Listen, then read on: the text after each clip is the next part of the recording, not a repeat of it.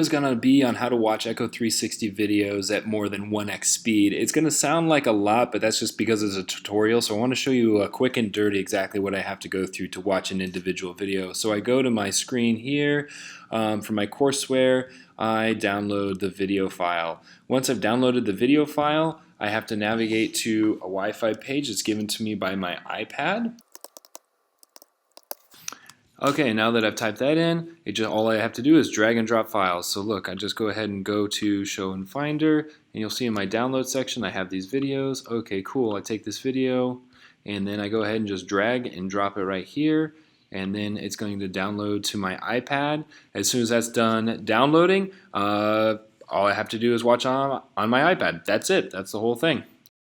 Capillaries. So the capillary area available for filtration on the left, that filter the urine. And you also have problems with the podocytes, which I'll show in a minute. So this mesangial matrix expansion is really the hallmark of diabetic nephropathy. So I'll show you a few more pictures. Here's a normal glomerulus. Here's a diabetic glomerulus. And all this red stuff is increased mesangial matrix, which sort of shouldn't be there. And again, it sort of crowds out the capillaries. And in extreme form, it can form a nodule, which is called a Kimmel-Wilson nodule. Asked about how to watch Echo 360 videos faster on their iPad. I think we can come up with some pretty good reasons already why we want to watch more than 1x speed, and you already know the reasons you want to watch an iPad. Maybe you're on the airplane, maybe you're in the gym or the bus, and you want to download these videos to your device. This process will allow you to download videos, watch them back offline, and also watch them back at varying playback speeds, and actually increase the volume above 100%. All these I've found very advantageous for watching videos, so let's get right to it. So if you go into your normal viewer, you'll look at your Echo 360 downloads, and you can see the downloads are disabled right here. Well, thanks to technology, we don't have to worry about this. So you go to Google and you say, I want Echo download. What this is an extension for Google Chrome, so this will only work inside of Google Chrome, which you can see I'm in right now. It doesn't work for Safari, Firefox, or anything else.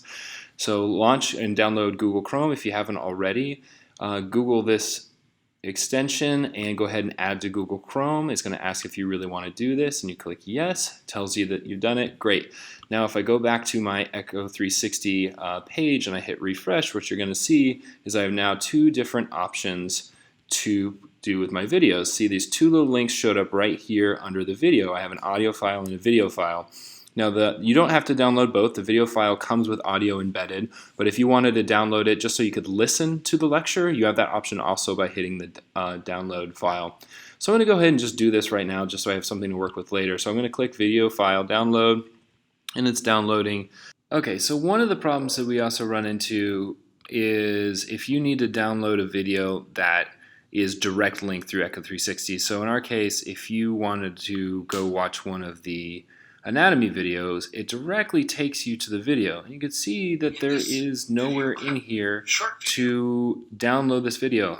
But there is. If you click on this link right here, this will take you back to the navigator. Now, this isn't the most pretty thing in the world to scroll around and find your videos, but it does give you the link so that you can download these things. So it takes a minute, but you're going to notice that basically every single Echo 360 video has been tossed in one gigantic folder. So if you're willing to scroll down this whole list, eventually you can find your video of interest, and then you will see, for example on this one, that we now can download the videos here. So that's a little bit of a workaround too if you have a direct link like we have on the FOMO website. Okay, so next thing we have to do is we have to install VLC Player on our iPad. This will also work on iPhone. I'm not sure if this works on Android or not, to be honest with you. But you need to go to the App Store, and once you're in the App Store, go ahead and search for VLC. You'll see VLC Player pop up, and you're going to see VLC for Mobile Video LAN. We're going to download this application, which will take it just a second.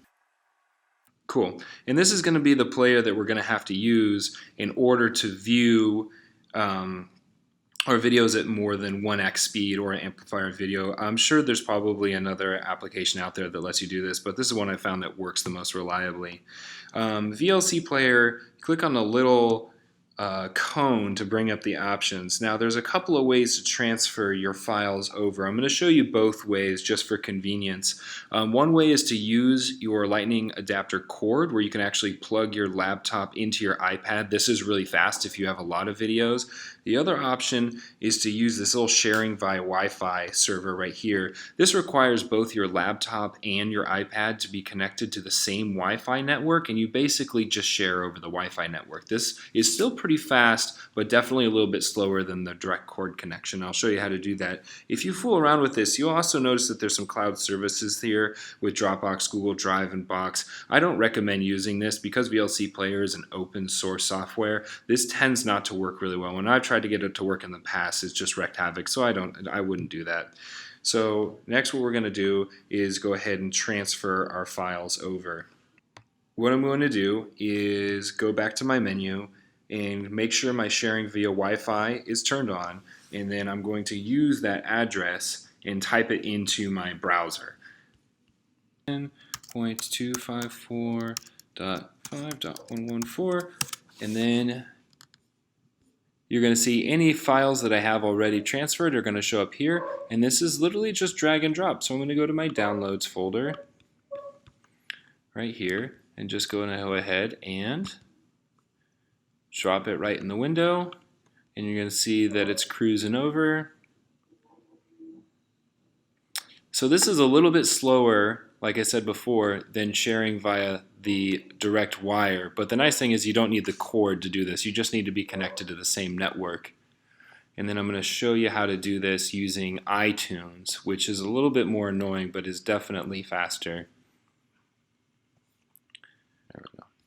Okay, so now I'm going to show you how to do this in iTunes. So go ahead and launch iTunes, and then click on iPad once you're connected with the cord, and then click on Apps, this little menu right here. You're going to see some home screen stuff come up, and what you're going to want to do is scroll all the way down to the bottom, and you're going to have this list called Apps. Down at the bottom of the Apps, you'll see VLC Player, and here you don't see anything right now. If you had previously downloaded any videos, they would show up in this list. So I'm going to go ahead and hit Add.